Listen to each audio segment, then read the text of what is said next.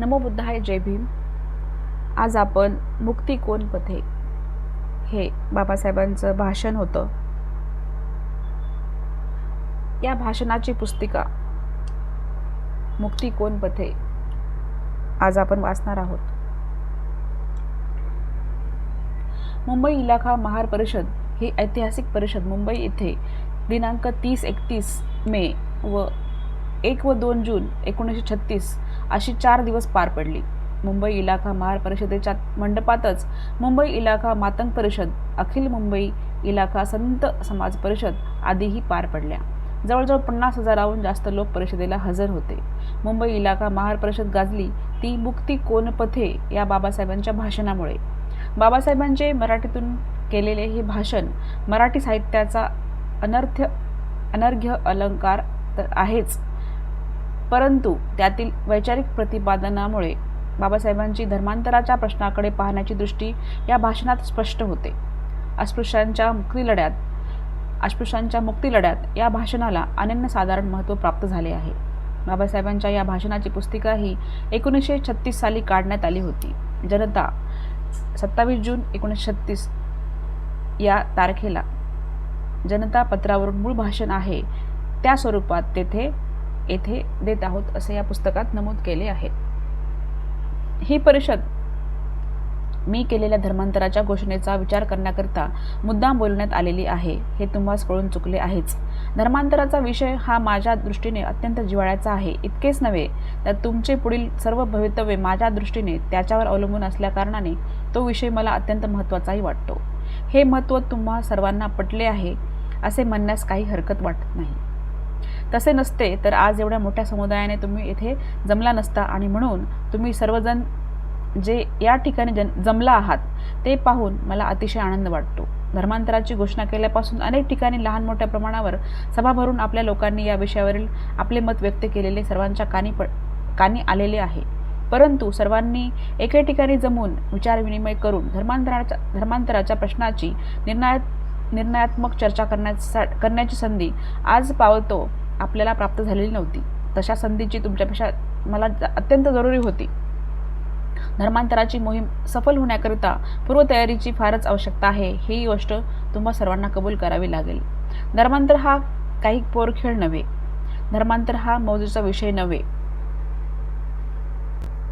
हा प्रश्न माणसाच्या जीविताच्या साफल्याचा प्रश्न आहे.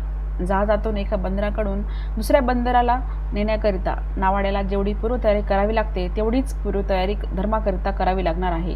त्याशिवाय हा तीर सोडून पहिले तीर गाठणे शक्य होणार नाही. परंतु नावेत किती उतारू येतात याचा अंदाज समजल्याखेरीज नावाडी सामानसुमान जमविण्याच्या प्रयत्नास लागत नाही. त्याचप्रमाणे माझी स्थिती आहे.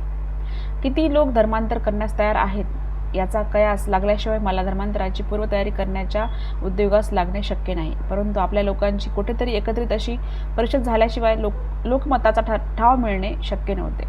अशा प्रकारे लोकमताचा ठाव घेण्याची संधी मला प्राप्त झाली पाहिजे असे जेव्हा मी मुंबईच्या कार्यकर्त्या लोकांना सांगितले तेव्हा त्यांची खर्चाची अगर परिश्रमाचे सबब पुढे न करता परिषद भरवण्याची जबाबदारी आपल्या अंगावर मोठ्या खुशीने घेतली. ती जबाबदारी पार पडण्याकरता त्यांना कष्ट सोसावे लागले याची हकीकत आपले परमपूज्य पुढारी व स्वागत मंडळाचे अध्यक्ष राजमान्य राजश्री रेवजी दगडूजी डोळस यांनी आपल्या भाषणात सविस्तरपणे सांगितले आहे. इतक्या खस्ता खाऊन त्यांनी माझ्याकरिता हा जो सभेचा घाट घडून आणला त्याकरिता मी परिषदेच्या स्वागत मंडळाचा अत्यंत ऋणी आहे. माझी धर्मांतराची घोषणा जर सर्व अस्पृश्यांकरिता आहे तर मग सर्व अस्पृश्यांची सभा का बोलवली नाही, नुसत्या महाराजांची सभा का बोलवण्यात आली असा आक्षेप काही लोक घेण्यास संभव आहे. ज्या प्रश्नाची चर्चा करण्याकरता ही सभा बोलवण्यात आली आहे त्या प्रश्नाचा खल करण्यापूर्वी या आक्षेपाला उत्तर देणे मला आवश्यक वाटते. महाराजांची सभा का बोलवली व सर्व अस्पृश्यांची सभा का बोलवली नाही याला अनेक कारणे आहेत. पहिले कारण असे की या परिषदेत कसल्याही प्रकारच्या मागण्या मागावायच्या नाहीत. सरकारपासून काही राजकीय हक्क मागावायचे नाहीत. आपल्या जीविताचे काय करावयाचे, आपल्या आयुष्यक्रमाची रूपरेखा कशी ठरवावयाची एवढाच प्रश्न या परिषदेपुढे आहे. तो प्रश्न ज्या त्या जातीला सोडवता येण्यासारखा आहे व तो ज्या त्या जातीने स्वतंत्र विचार करून सोडवणे बरे. ज्या कारणाकरिता सर्व अस्पृश्य लोकांची सभा एकत्रित करण्याची मला आवश्यकता वाटली नाही त्यापैकी हे एक कारण आहे. नुसती महाराजांची परिषद भरवण्याचे दुसरेही एक कारण आहे. धर्मांतराची घोषणा केल्यापासून आज जवळजवळ 10 महिन्याचा अवधी लोटलेला आहे. या अवधीत लोकजागृतीचे काम पुष्कळसे झाले आहे. आता लोकमत आजमावण्याची वेळ आली आहे असे मला वाटते. हे लोकमत आजमाविण्याला निरनिराळ्या जातीची सभा करणे हे साधे आणि सोपे साधन आहे अशी माझी समजूत आहे. धर्मांतराचा प्रश्न कृतीत उतरवण्याकरता जो प्रयत्न करणे आवश्यक आहे तो प्रयत्न करण्यापूर्वी खरे लोकमत काय आहे याची खात्री करून घेणे अत्यंत आवश्यक आहे. आणि माझी अशीच समजूत आहे की जातींची सभा करून आजमावलेल्या लोकमताबद्दल जशी खात्री देता येईल तशी सर्वसाधारण अस्पृश्यांची सभा भरून आजमावलेल्या लोकमताबद्दल देता येणार नाही. कारण सर्व अस्पृश्यांची परिषद असे नाव देऊन जरी सभा बोलवली तरी ती सर्व अस्पृश्यांची प्रातिनिधिक स्वरूपाची सभा होऊ शकणार नाही. तसे होऊ नये व लोकमताची खात्री करून घेता यावी म्हणूनच नुसत्या महार लोकांची सभा भरवण्यात आलेली आहे. या सभेत इतर जातीचा समावेश न केल्यामुळे त्यांचे काही नुकसान होऊ शकत नाही. त्यांना धर्मांतर करायचे नसेल तर त्यांचा या सभेत समावेश न केल्यामुळे त्यांना वाईट वाटण्याचे काही कारण नाही. त्यांना धर्मांतर करायचे असेल तर या सभेत त्यांचा समावेश करण्यात आला नव्हता म्हणून त्यांच्या धर्मांतरात कसलीही आडकाठी येऊ शकणार नाही. जशी महार लोकांची सभा भरवण्यात आलेली आहे तसेच अस्पृश्यांतील इतर जातींना आपापल्या जातीच्या सभा भरून या विषयासंबंधाने आपले लोकमत व्यक्त करण्याची संधी मोकळी आहे व तशा सभा त्यांनी कराव्या अशी मी त्यांना सूचना करतो व त्या कामी त्यांना माझ्याकडून जी मदत होण्यासारखी असेल ती मी अवश्य करीन. येथवर झाली ती केवळ प्रस्तावना झाली. आता मी आजच्या सभेच्या मुख्य विषयाकडे वळतो. धर्मांतराचा विषय जितका महत्त्वाचा आहे तितकाच तो गहनही आहे. साध्या माणसाच्या बुद्धीला त्याचे आकलन होणे कठीण आहे. तसेच साध्या माणसाला धर्मांतरासारख्या विषयाची समजूत करून देणे हे काम काही सोपे दिसत नाही. तथापि तुम्हा सर्वांची समजूत पटल्याशिवाय धर्मांतर कृतीत उतरविणे कठीण आहे याची जाणीव मला पूर्णपणे आहे आणि म्हणून जितक्या सुलभ रीतीने या विषयाची मांडणी मला करता येईल तितक्या सुलभ रीतीने मी ती करणार आहे. धर्मांतराची ऐहिक कारणे. धर्मांतराच्या विषयाचा दोन दृष्टीने विचार केला पाहिजे. सामाजिक दृष्टीने विचार पाहिजे तसाच धार्मिक दृष्टीनेही विचार केला पाहिजे. ऐहिक दृष्टीने विचार केला पाहिजे तसेच तात्विक दृष्ट्याही विचार केला पाहिजे. परंतु कोणत्याही दृष्टीने धर्मांतराचा विचार करू लागलो तरी प्रथमतः अस्पृश्यता ही काय बाब आहे, तिचे खरे स्वरूप काय याचा पुरता समज करून घेणे अत्यंत आवश्यक आहे. त्याशिवाय माझ्या धर्मांतराच्या घोषणेचा अर्थ तुम्हाला कळणे शक्य होणार नाही. अस्पृश्यता ही काय बाब आहे व तिचे खरे स्वरूप काय आहे याचा तुम्हाला समज व्हावा म्हणून प्रथमतः तुमच्यावर होत असलेल्या जुलमाच्या कहाणीची तुम्हाला आठवण करून देणे मला आवश्यक वाटते. सरकारी शाळेत मुले घालण्याचा हक्क सांगितल्यामुळे, विहिरीवर पाणी भरण्याचा हक्क सांगितल्यामुळे, वरात घोड्यावरून नेण्याचा हक्क सांगितल्यामुळे स्पृश्य हिंदूंनी मारहाण केल्याची उदाहरणे नेहमीच घडत असल्याकारणाने ती सर्वांच्या डोळ्यांपुढे नेहमी असतात. परंतु मारहाण करण्याची दुसरी अशी अनेक कारणे आहेत की ज्यांचा उल्लेख केला असता हिंदुस्थानच्या बाहेरील लोकांना तरी त्यांचा विस्मय वाटेल. उंची पोशाख घातल्यामुळे मारहाण केल्याचे उदाहरण देता येईल. दागदागिने घातल्यामुळे मारहाण केल्याचे उदाहरण देता येईल. पाणी आणण्याकरिता तांब्या पितळेची भांडी वापरल्यामुळे मारहाण केल्याचे उदाहरण देता येईल. जमीन खरेदी केल्यामुळे जाळपोळ केल्याचे उदाहरण देता येईल. जानवे घातल्यामुळे मारहाण केल्याचे उदाहरण देता येईल. मेलेली गुरे न ओढल्यामुळे व मेलेल्या गुरांचे मांस न खाल्ल्यामुळे मारहाण केल्याचे उदाहरण देता येईल. पायात बूट व मोजे घालून गावातून गेल्यामुळे भेटलेल्या स्पृश्य हिंदूस जोहार न घातल्यामुळे, शौचाला जाता तांब्यात पाणी नेल्यामुळे छळ झाल्याचे उदाहरण देता येईल. पंचांच्या पंक्तीत चपाती वाढल्यामुळे मारहाण केल्याचे उदाहरण नुकतेच घडले आहे. वरील प्रकारचे जोर जुलूम झाल्याची व तुम्हाला अमानुष तऱ्हेने वागवल्याची अनेक प्रकरणे तुमच्या ऐकिवात असतील व तुमच्यापैकी काहींना तर त्याचा प्रत्यक्ष अनुभवही असेल. जेथे मारहाण करता येण्यासारखे नसेल तेथे बहिष्काराच्या शस्त्राचा तुमच्या विरुद्ध कसा उपयोग करण्यात येतो हेही तुम्हास अवगत आहेच. मोलमजुरी मिळू द्यावयाची नाही. रानांतून गुरांना जाऊ द्यावायचे नाही. माणसांना गावात येऊ द्यावायचे नाही वगैरे सर्व प्रकारची बंदी करून स्पृश्य हिंदू लोकांनी तुमच्या लोकांस जेरीस आणल्याची आठवण तुम्हापैकी पुष्कळांना असेल. परंतु हे असे का घडते याच्या मुळाशी काय आहे ही गोष्ट माझ्या मते तुमच्यापैकी फारच थोड्या लोकांना कळत असेल. ती समजून घेणे माझ्या मते अत्यंत आवश्यक आहे. वर जी कलहाची उदाहरणे दिली आहेत तिच्याशी व्यक्तीच्या गुणावगुणाचा काही संबंध नाही.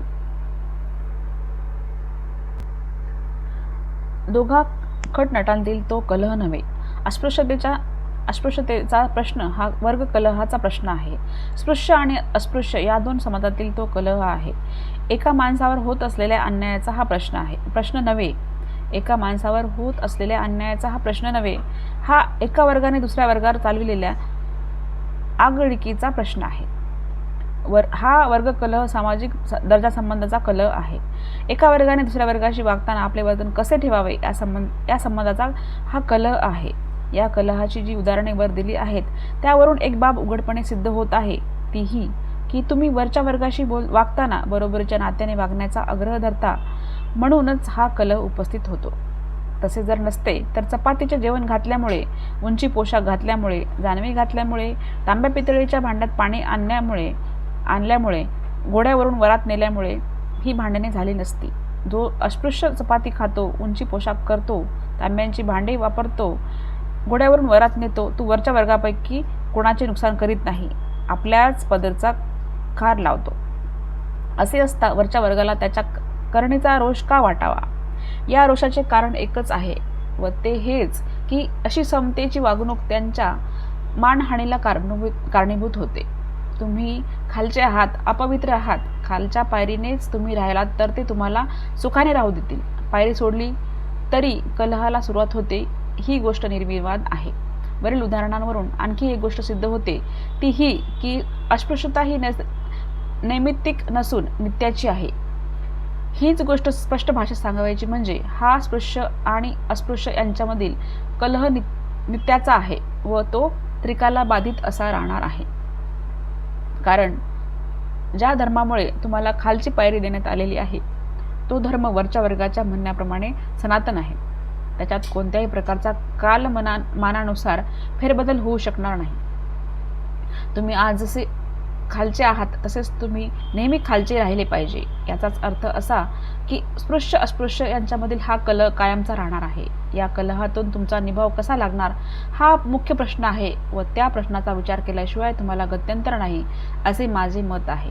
तुमच्यापैकी ज्यांना हिंदू लोक वागवतील त्याप्रमाणे वागावायचे असेल, त्यांचा सेवाधर्म पत्करून जगावायचे असेल, त्या लोकांना या प्रश्नाचा विचार करण्याचे काहीही प्रयोजन नाही. परंतु ज्यांना स्वाभिमानाचे जीणे आवश्यक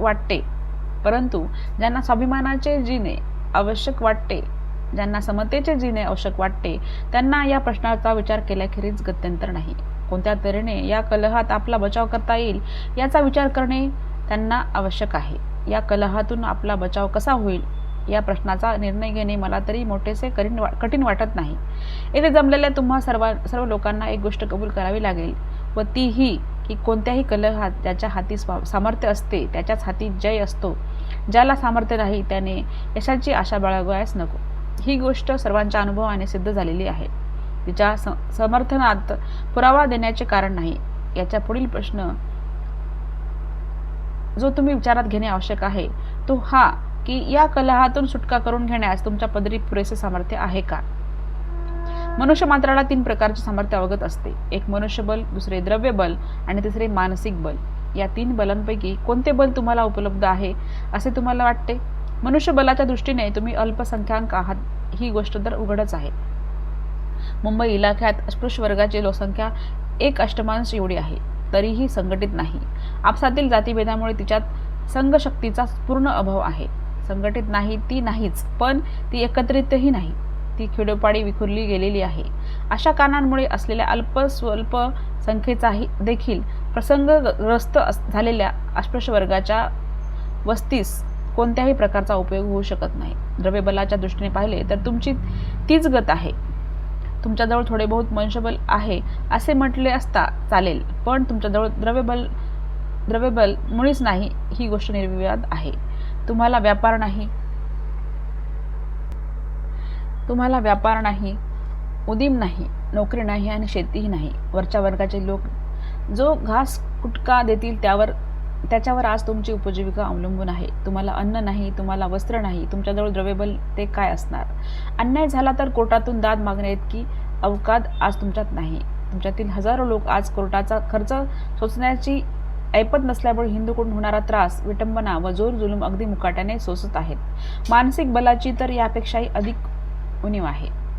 शेकडो वर्ष वरिष्ठ वर्गाच्या सेवेत घालवली असल्यामुळे शेकडो वर्षे त्यांनी केलेली विटंबना चितू निमूटपणे सोसल्यामुळे उलट बोलण्याची सवय, प्रतिकाराची हिंमत नाहीशी झाली आहे. तुमच्यातील आत्मविश्वास, उत्साह व महत्वाकांक्षा यांचा बिमोड झाला आहे. तुमच्यात सर्व लोक हताश, दिनवाने, निस्तेज झालेले आहेत. निराशेचे व नामर्दुकीचे वातावरण सर्वत्र पसरले आहे. आपण काही करू शकू अशा प्रकारचा विचार देखील कोणाच्या ध्यानीमणी येऊ शकत नाही. वस्तुस्थितीचे मी हे केलेले वर्णन जर खरे असेल तर त्यापासून निघणारा सिद्धांत तुम्हा सर्वांना कबूल करावा लागेल व तो हा की तुम्ही तुमच्या सामर्थ्यावर अवलंबून राहाल तर तुम्हाला या जुलुमाचा प्रतिकार करता यावयाचा नाही. तुमच्यात सामर्थ्य नसल्यामुळेच तुमच्यावर जोर जुलूम होतो याबद्दल मला काडीचाही संशय नाही. या इलाक्यात तुम्ही अल्पसंख्याक आहात अशातला काही भाग नव्हे. तुमच्याप्रमाणे मुसलमान देखील अल्पसंख्याक आहेत. ज्याप्रमाणे महारामांगाची 2-4 घरे गावात असतात त्याचप्रमाणे मुसलमानांचीही 1-2च घरे गावात असतात. त्या मुसलमानांच्या वाटेस कोणी जात नाही, परंतु तुमच्यावर मात्र सारखा जुलूम चाललेला असतो. याचे कारण काय? मुसलमानांची 2 घरे असून त्यांच्या वाटेला गाव जात नाही. तुमची 10 घरे असूनही गाव तुमचा छळ करतो असे का होते? हा प्रश्न अत्यंत महत्त्वाचा आहे. त्याची खोज तुम्ही चांगल्या रीतीने केली पाहिजे. माझ्या मते या प्रश्नाचे एकच उत्तर देता येईल व ते हे की त्या मुसलमानांच्या 2 घरांच्या पाठी साऱ्या हिंदुस्थानातील मुसलमान समाजाची शक्ती व सामर्थ्य उभे आहे याची जाणीव हिंदू लोकांना असल्यामुळे त्या 2 मुसलमान घरांच्या वाटेस गेले असता पंजाबपासून तो थेट मद्रासपर्यंत मुसलमान समाज आपली शक्ती वेचून त्यांचे संरक्षण करील अशी खात्री असल्यामुळे ती मुसलमानांची 2 घरे निर्भयपणे आपला व्यवहार करीत असतात. तुमच्या बाबतीत हिंदू लोकांची खात्री असते की तुम्हाला कोणी मदत करणार नाही, तुमच्याकरिता कोणी धावून येणार नाही, तुम्हाला पैशाची मदत होणार नाही व अधिकाऱ्याची मदत होणार नाही. मामलेदार व पोलीस हे त्यांचेच असल्यामुळे स्पृश्य अस्पृश्यांच्या वादात ते जातीला जागतात, कर्तव्याला जागत नाहीत यांची त्यांना खात्री असते. या तुमच्या असहाय्य स्थितीमुळेच तुमच्याशी हिंदू लोक जुलमाची व अन्यायाची वागणूक करतात. येथवर मी जे विवेचन केले आहे यावरून 2 गोष्टी सिद्ध होत आहेत. त्यापैकी पहिली गोष्ट ही की सामर्थ्य असल्याशिवाय तुम्हाला या जुलमाचा प्रतिकार करता येणे शक्य होणार नाही. दुसरी, प्रतिकाराला आवश्यक असलेले सामर्थ्य आज तुमच्या पदरी नाही. या 2 गोष्टी सिद्ध झाल्याबरोबर तिसरी एक आपोआप सिद्ध होते आणि ती ही की हे आवश्यक असलेले सामर्थ्य तुम्हाला कोठून तरी बाहेरून मिळवले पाहिजे. हे सामर्थ्य तुम्हाला कसे मिळवता येईल हाच खरोखरी महत्त्वाचा प्रश्न आहे आणि त्याचा तुम्ही निर्विकल्प मनाने विचार केला पाहिजे. या देशातील जातीभेद व धर्मभेद याचा लोकांच्या मनावर व नीतिमत्तेवर एक विलक्षण परिणाम घडून आलेला मला तरी दिसून येतो. या देशात दुःख, दारिद्र्य आणि क्लेश यांच्याबद्दल कोणालाही खेद वाटत नाही व वाटलाच तर त्याच्या निवारणाकरिता कोणी प्रयत्न करीत नाही. आपल्या धर्म बांधवांवर किंवा जाती बांधवांवर जर दुःखाचा, दारिद्र्याचा अथवा जुलमाचा प्रसंग ओढवला तर त्याच्या निवारणाकरिता मात्र लोक सहाय्य करतात. ही नीतिमत्तेची दृष्टी कितीही विकृत असली तरी ती जारी आहे हे कोणी विसरून चालता कामा नये. ज्या गावामध्ये अस्पृश्य लोकांवर हिंदूकडून जुलूम होतो त्या गावात इतर धर्माचे लोक नसतात अशातला काही भाग नाही. अस्पृश्यांवर होत असलेला जुलूम अन्यायकारक आहे ही गोष्ट त्यांना पटत नाही असेही नव्हे. हा अन्याय होतो असे वाटत असूनही ते त्यांच्या सहाय्यास धावून जात नाही. याचे कारण काय? तुम्ही आम्हाला का मदत करीत नाही असा प्रश्न जर तुम्ही त्यांना केलात तर तुमच्या वादात आम्हास पडण्याचे कारण काय? तुम्ही त्यांच्या धर्माचे असता तर आम्ही तुम्हाला सहाय्य केले असते असे उत्तर ते तुम्हाला देतील. यावरून एक गोष्ट तुमच्या ध्यानात येऊ शकेल की कोणत्याही अन्य समाजाचा नामरूबंध तुम्ही जोडल्याशिवाय, कोणत्याही अन्य धर्मात सामील झाल्याशिवाय तुम्हाला बाहेरचे सामर्थ्य मिळू शकत नाही. याचा स्पष्ट अर्थ असा आहे की तुम्ही धर्मांतर करून कोणत्या तरी अन्य समाजात अंतर्भूत झाले पाहिजे. त्याशिवाय तुम्हाला त्या समाजाचे सामर्थ्य प्राप्त होऊ शकणार नाही. आणि जोपर्यंत तुमच्या पदरी सामर्थ्य नाही तोपर्यंत तुम्हाला व तुमच्या भावी पिढीला आजच्या दिनवाण्या स्थितीमध्ये दिवस काढावे लागणार आहेत. धर्मांतराची आध्यात्मिक कारणे. येथपर्यंत ऐहिक कल्याणाकरिता धर्मांतराची आवश्यकता काय आहे याचे दिग्दर्शन केले आहे. आता आध्यात्मिक कारणाकरिता धर्मांतराची कशी आवश्यकता आहे याविषयीचे माझे विचार तुमच्या समोर मी मांडत आहे. प्रथमतः धर्म कशाकरिता असतो, त्याची आवश्यकता काय हे जाणून घेतले पाहिजे. धर्माच्या अनेक व्याख्या अनेक लोकांनी केलेल्या तुम्हाला सापडतील, पण त्या सर्वांमध्ये अर्थपूर्ण व सर्वांना पटण्यासारखी अशी एक व्याख्या आहे ज्याने सर्व प्रजेचे धारण होते, तोच धर्म.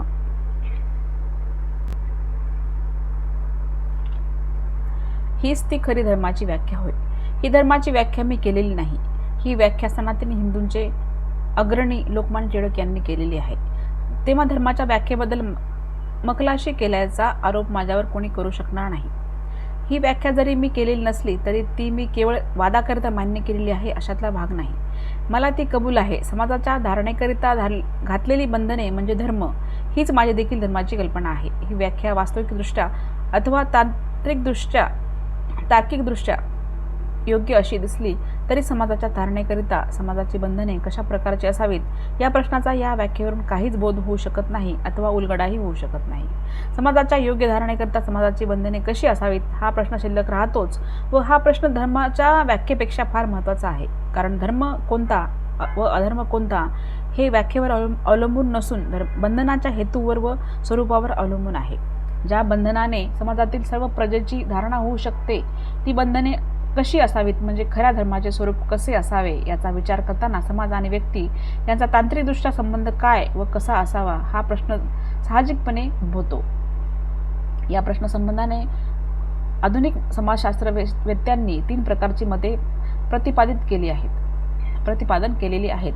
काहींच्या मते व्यक्तिमात्राला सुखप्राप्ती व्हावी हाच समाज संघटनेचा अंतिम हेतू आहे. काहींच्या मते व्यक्तिमात्राला त्याच्या अंगभूत गुणांचा व शक्तीचा विकास करता येऊन त्याला पूर्णावस्थेस पोहोचण्यास मदत व्हावी हाच समाज संघटनेचा अंतिम हेतू असला पाहिजे व काहींच्या मते समाज संघटनेचा मुख्य हेतू व्यक्तीची उन्नती किंवा व्यक्तीचे सौख्य हे नसून आदर्शभूत समाज तयार करणे हाच होय. हिंदू धर्माची कल्पना या 3ही कल्पनांहून अगदी निराळी आहे. हिंदू धर्मात व्यक्तीला काही स्थान नाही. हिंदू धर्माची रचना वर्गाच्या कल्पनेवर केलेली आहे. एकाने दुसऱ्याशी कसे वागावे याची शिकवण हिंदू धर्मात नाही. एका वर्गाने दुसऱ्या वर्गाशी कसे वागावे यांची बंधने हिंदू धर्मात आहेत. ज्या धर्मात व्यक्तीला प्राधान्य नाही तो धर्म मला स्वतःला मान्य नाही. व्यक्तीच्या जीवनाला समाजाची जरी आवश्यकता असली तरी समाजाची धारणा हे धर्माचे अंतिम ध्येय होऊ शकत नाही. व्यक्तीचा विकास हेच धर्माचे खरे ध्येय आहे असे मी समजतो. व्यक्ती ही जरी समाजांतर्गत असली, मनुष्य मात्र हा जरी समाजाचा एक घटक असला तरी त्याचा व समाजाचा संबंध शरीर आणि अवयव, गाडा आणि त्याची चाक याचा जसा संबंध आहे तसा हा संबंध नव्हे असे मी समजतो. ज्याप्रमाणे पाण्याचा थेंब समुद्राच्या पाण्यात टाकला असता त्याचा लोप होतो तसा माणसाचा तो केवळ समाजात राहिला म्हणून लोप होऊ शकत नाही. त्याचे जीवन स्वतंत्र असते. त्याचा जन्म समाजाच्या सेवेकरता नसून आत्मोन्नतीकरता आहे. ह्या एकाच कारणामुळे सुधारलेल्या राष्ट्रात एका माणसाला दुसऱ्या माणसास आपला गुलाम करून ठेवता येत नाही. ज्या धर्मात व्यक्तीला प्राधान्य नाही तो धर्म मला मान्य नाही आणि हिंदू धर्मात व्यक्तीला प्राधान्य नसल्यामुळे तो धर्म मला मान्य होऊ शकत नाही. तसेच ज्या धर्मात एका वर्गाने विद्या शिकावी, दुसऱ्या वर्गाने शस्त्र धरावे, तिसऱ्याने व्यापार करावा, चौथ्याने नुसती सेवा करावी असे म्हटले आहे तो धर्म मला मान्य नाही. विद्या दरेकाला हवी, शस्त्राची जरुरी दरेकाला आहे. पैसा सर्वांना पाहिजे ही गोष्ट जो धर्म विसरतो व जो एकाला संज्ञान करण्याकरिता बाकीच्यांना अज्ञानात ठेवतो तो धर्म नसून लोकांना बौद्धिक गुलामगिरीत ठेवण्याचा तो कावा आहे. जो धर्म एकाच्या हाती शस्त्र देतो व दुसऱ्याला निशस्त्र ठेवतो तो धर्म नसून एकाला दुसऱ्याने पारतंत्र्यात ठेवण्याची शक्कल आहे. जो धर्म काहींना धनसंपादनाचा मार्ग मोकळा ठेवतो व बाकीच्यांना आपल्या जीविताकरिता दुसऱ्यांवर अवलंबून राहण्याची अनुज्ञा देतो तो धर्म नसून स्वार्थपरायण आहे. हिंदू धर्मातील चातुर्वर्ण्य हे असे आहे. त्याविषयी माझे मत काय आहे हे मी स्पष्टपणे सांगितले आहे. हा हिंदू धर्म तुम्हाला हिताचा आहे की काय याचा तुम्ही विचार करा. व्यक्तीच्या आत्मोन्नतीला पोषक असे वातावरण उत्पन्न करणे ही धर्माची मूलभूत कल्पना आहे. हे जर मान्य केले तर हिंदू धर्मात तुमची आत्मोन्नती कधीही होऊ शकणार नाही. व्यक्तीच्या विकासाला 3 गोष्टींची आवश्यकता आहे: सहानुभूती, समता आणि स्वातंत्र्य. हिंदू धर्मात या तिन्हीपैकी एकतरी बाब तुमच्याकरिता उपलब्ध आहे असे तुम्हाला म्हणता येईल काय? हिंदू धर्मात तुम्हाला सहानुभूती आहे काय? सहानुभूतीच्या दृष्टीने पाहिले तर सर्वत्र शून्यच आहे असे म्हणावे लागेल. कोठेही तुम्ही गेलात तरी तुमच्या आपुलकीच्या भावनेने कोणीही पाहणार नाही. तुमच्याकडे आपुलकीच्या भावनेने कोणीही पाहणार नाही याचा अनुभव तुम्हाला चांगलाच आहे. आपुलकीची भावना नाहीच नाही, परंतु हिंदू लोकांकडून तुम्हाला परक्यापेक्षा परके लेखण्यात येते.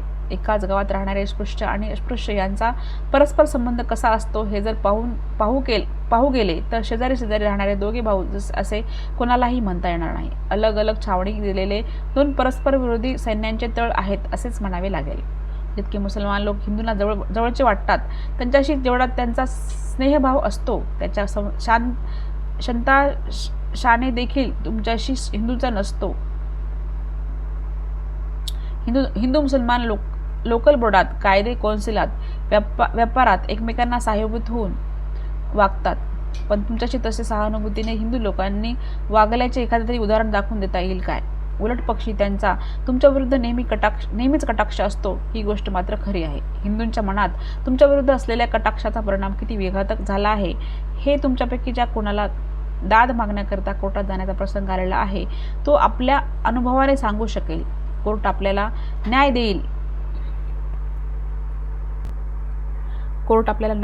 पोलीस आपल्याला मदत करील असा तुम्हापैकी कोणा एकाला तरी विश्वास वाटतो का? व तो जर वाटत नाही तर तशी वृत्ती होण्यास कारण काय? माझ्या मते अशा अविश्वासाचे कारण एकच आहे व ते हे की हिंदू लोकांमध्ये तुमच्याबद्दल कोणत्याही प्रकारची सहानुभूती नसल्या कारणाने ते आपल्या अधिकाराचा सदुपयोग करतील अशी आशा तुम्हाला वाटत नाही.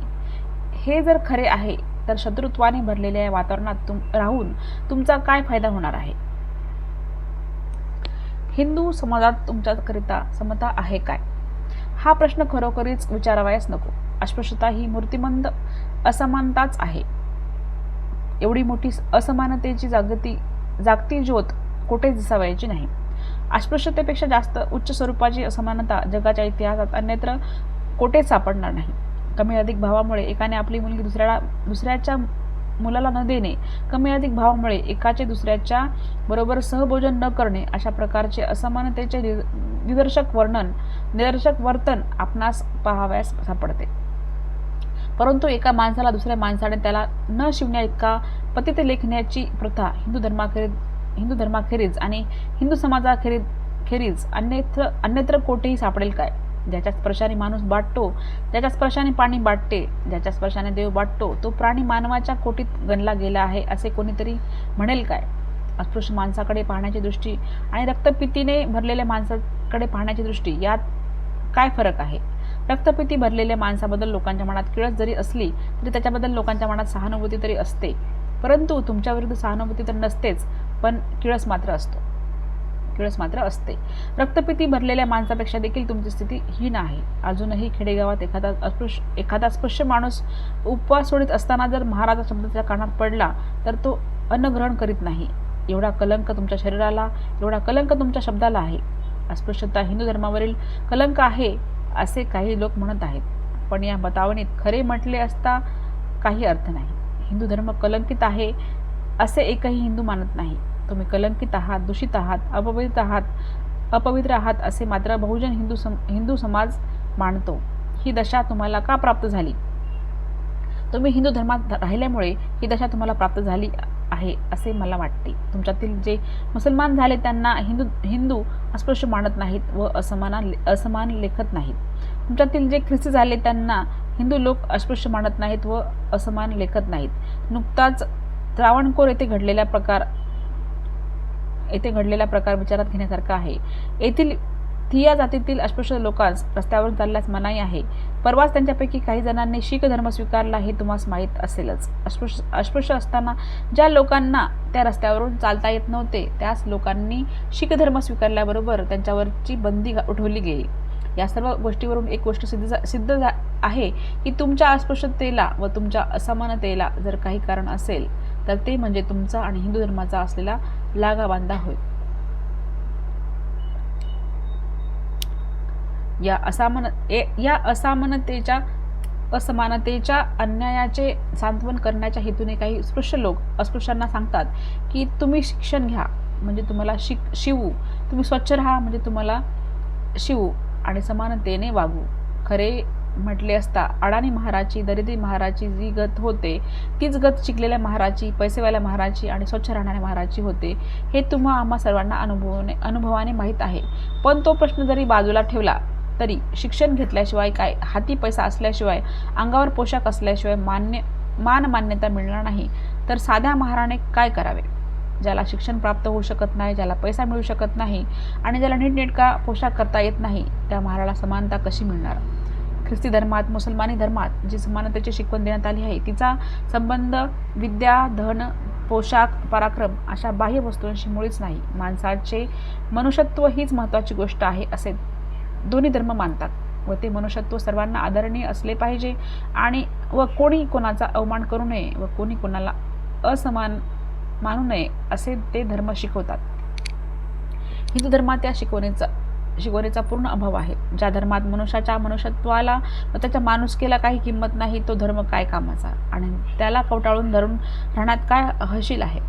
याला उत्तर म्हणून काही हिंदू लोक उपनिषदाची साक्ष देतात व त्यात ईश्वर सर्वत्र भरला आहे असे तत्व आहे म्हणून बडाई मिरवतात. विज्ञान आणि धर्म या दोन गोष्टी अगदी निराळ्या आहेत. एखादी गोष्ट विज्ञानाचे तत्व आहे की धर्माची शिकवण आहे याचा विचार केला पाहिजे. समाजाच्या गळी सर्वाभोवती एक ईश्वर हा विज्ञानाचा सिद्धांत आहे. धर्माच्या तत्वाचा वागणुकीशी संबंध नसतो, विज्ञानाचा नसतो. सर्वांभोवती एक ईश्वर ही धर्माची शिकवण नाही हे विज्ञानाचे तत्व आहे. ही गोष्ट हिंदू लोक त्याप्रमाणे वागत नाहीत या माझ्या म्हणण्याचा एक पुरावाच आहे. उलट पक्षी हिंदू लोकांचा असा आग्रहच असेल की सर्वांभोवती एक परमेश्वर हा तत्वज्ञानाचा सिद्धांत नसून त्यांच्या धर्माचा पाया आहे आणि म्हणून धर्म श्रेष्ठ आहे, तर त्यांना एवढेच उत्तर पुरे आहे की त्यांच्या इतके नीच लोक जगामध्ये दुसरे कोणीच नसतील. मुखाने सर्वांभोवती ईश्वर असा जप करणाऱ्या आणि कृतीने भूतमात्राची विटंबना करणाऱ्या लोकांचा मुख में राम व बगल में छुरी बोलणे महानुभावाचे पण करणी कसाबाची अशा दुष्ट लोकांतच समावेश करावा लागेल. सर्वांभूतो एक ईश्वर मानणारे आणि कृतीने माणसाला पशुतुल्य लेखणारे लोक दांभिक आहेत, त्यांचा संग करू नका. मुंग्यांना साखर घालणारे व माणसांना पाण्या वाचून मारणारे लोक दांभिक आहेत, त्यांचा संग करू नका. त्यांच्या संघामुळे तुमच्यावर काय परिणाम झाला आहे याची तुम्हाला कल्पना देखील नाही. तुमची इज्जत नाहीशी झाली, तुमचा मानसन्मान नाहीसा झाला. खरे म्हटले असता हिंदू समाजातच तुम्हाला मानसन्मान नाही हे म्हणणे वस्तुस्थितीच्या मानाने अपुरे पडते. तुम्हाला हिंदू लोकच हलके मानतात असे नव्हे तर मुसलमान व ख्रिस्ती लोक देखील तुम्हाला हलके लेखतात. खरे म्हटले असता मुसलमान धर्मात, ख्रिस्ती धर्मात श्रेष्ठ कनिष्ठ उच्च नीच असा माणसात भेदभाव जागृत करणारे शिकवण नाही. असे असताना देखील हे लोक तुम्हाला कमी लेखतात. याचे कारण काय? याचे कारण एकच, हिंदू लोक तुम्हाला नीच लेखतात म्हणूनच तुम्हाला मुसलमान व ख्रिस्ती लोक नीच लेखतात. अस्पृश्यांना जर आम्ही समान लेखले तर हिंदू लोक आपल्याला अस्पृश्यांइतकेच खालचे लेखतील या भीतीमुळे मुसलमान व ख्रिस्ती लोक तुमच्याशी हिंदूप्रमाणेच अस्पृश्यता पाळतात. आपण हिंदू समाजात हीन गणले गेलो आहोत. इतकेच नव्हे तर हिंदूंच्या असा असमानतेच्या वर्तणुकीमुळे आम्ही सर्व हिंदुस्थान देशामध्ये सर्वांपेक्षा हीन गणले गेलो आहोत. ही अपमानकारक परिस्थिती टाळण्याकरिता, हा कलंक धुवून टाकण्याकरिता, नरदेहाचे चीज करण्याकरिता जर कोणता एखादा उपाय असेल तर तो एकच आहे व तो म्हणजे हिंदू धर्माचा व हिंदू समाजाचा त्याग करणे.